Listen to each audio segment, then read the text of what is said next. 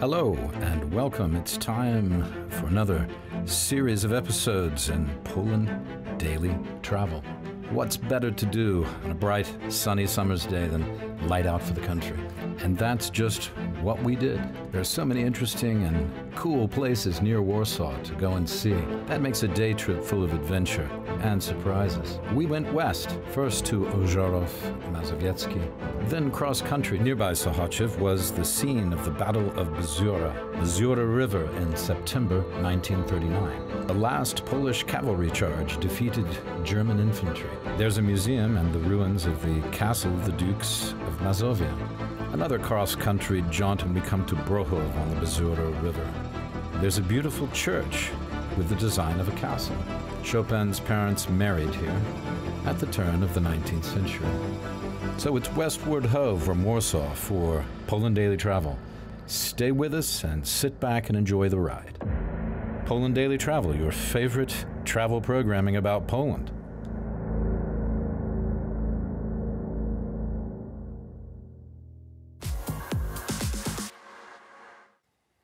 Hello, everybody, and welcome back to another edition, another episode of Poland Daily Travel. And this is a special one because, as you remember from the last episode, we were at the church in Brochów, St. John's Church.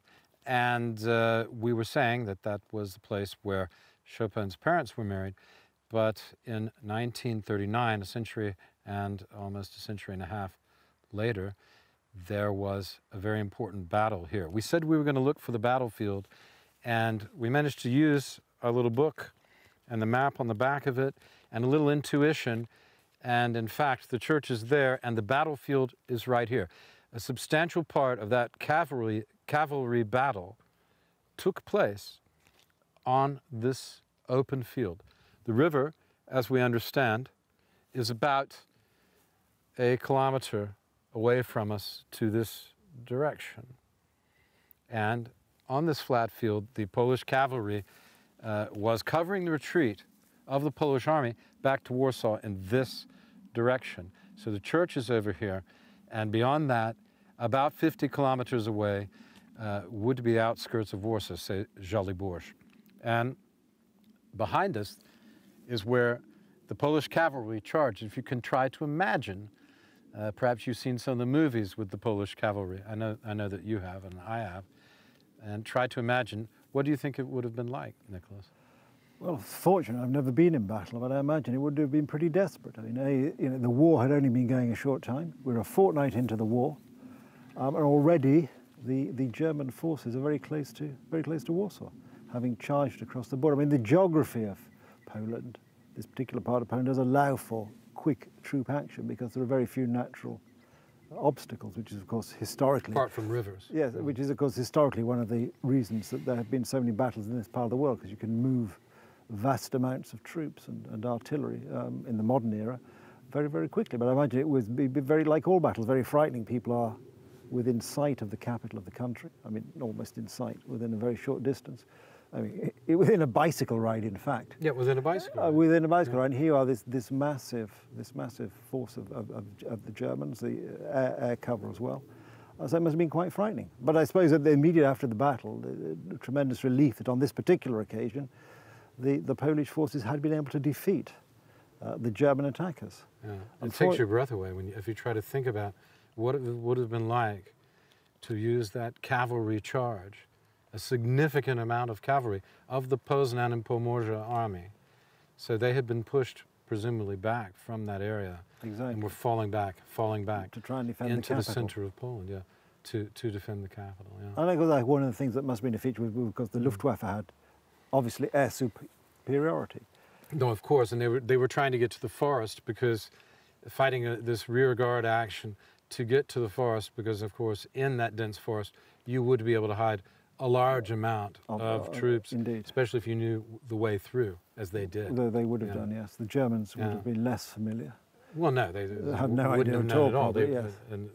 They would have had to depend on, commandeered locals or perhaps a Well, German because or two. I think it's fair to say at this point, because the Poles did not really collaborate in any sense. Well, this is the beginning of the war. It was the beginning of the war, and even under the extreme pressure the war as it progressed and the terrible horror. Still, I think Poland is When remarkable. I was suggesting they might have grabbed somebody at a gunpoint, said, "Show us the way through the forest," rather than a collaboration. And they will, yes. Well, they may well have done.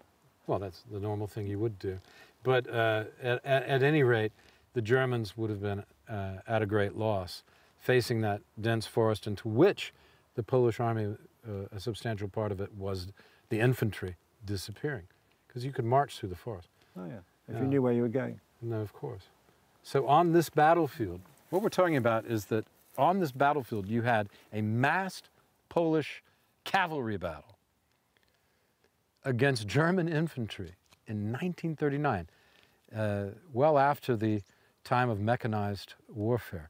And it's quite extraordinary to think of the heroism of those people, you know. You know, and standing on this sort of field, it reminds me also almost of the Little Bighorn or something like that, you know, a countryside field. We can hear the birds, and it's very still here. We're the only noise on this field right now, is us talking. It is very still. And the birds singing, yeah. And quite atmospheric with the darkening sky. Yeah. Well, more from Poland Daily. We're going to walk around a little bit more and walk back towards the church, I think. But I think that Nicholas and I will just disappear off the camera and let you just look at the battlefield for a little bit, for a few seconds anyway.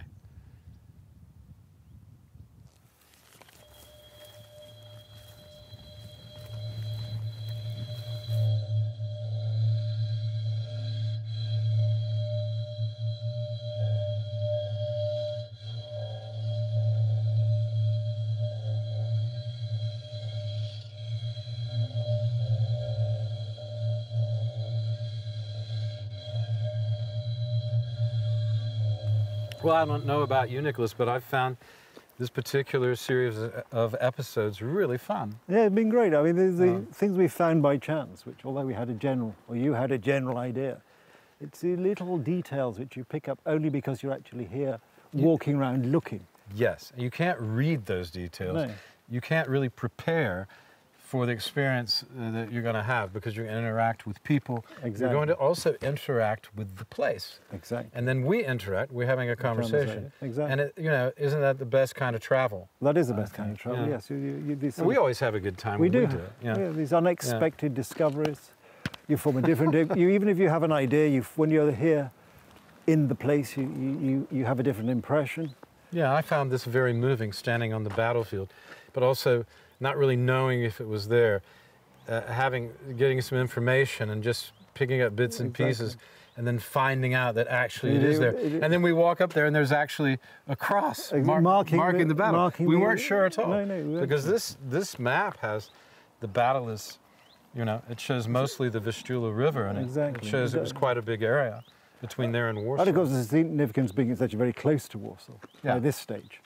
And well, it's relatively close. And that only a fortnight into the war already, great progress from the German point of view, but great progress towards the capital being made. Yeah. So it's a very quick battle. And of course, I think for those taking part, that must have been also part of the shock, how quickly everything happened. Well, it's particularly for the Germans, because imagine their surprise when these Polish cavalry are swooping down on them.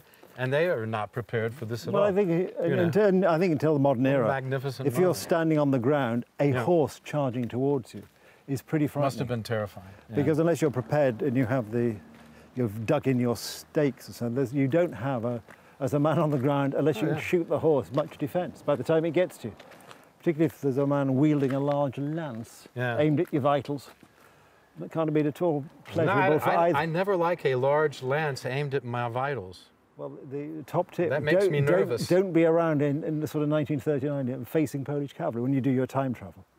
No, I'm not. Poland Daily time travel. I'm going to Poland Daily time travel? Exactly. I hadn't thought about that. No, well, but we are travelling in time to a certain extent. We're here next to this very old church. Well, now there's the church again, a battlefield.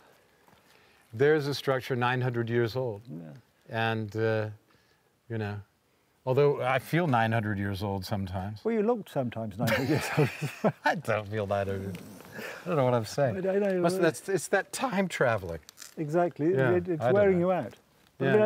I think here it is. You can't. There's no substitute for actually getting out That's the and point. seeing this Yeah. stuff and Yeah. soaking up the atmosphere as well. Because it's hard to convey atmosphere through the written word or whatever. You've got to really be there and feel it. I think that's true, yeah. It is for me. And I think it really changes the way you look at things, wherever you're traveling. Exactly. That really plunging into it. And it's important to go and do it. You can do it, go to places and meet guides and things like that, but you really need to put a lot of yourself into it. And you can read a bit, and you can study up a bit, but nothing compares I think the other important thing is you don't out. have to travel a great distance geographically to actually travel in your mind and travel to new experiences and That's the find point. something new. That's the point, yeah.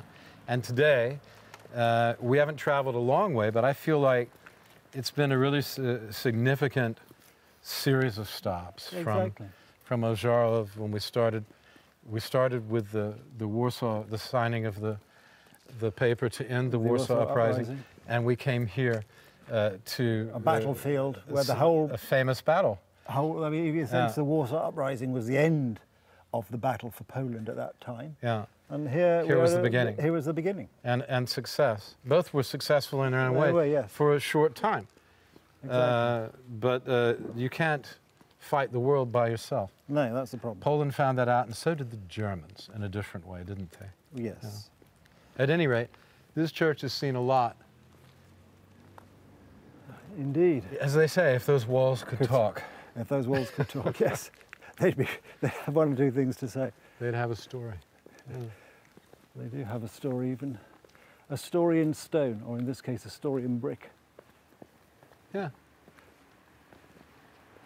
Well, No, it's been a very interesting series of stops and learning about things. All places that folk can visit themselves. And as you said, not too far away from Warsaw. traveling in space, traveling from place to place, and we've also been traveling in time today. Yeah. Yeah.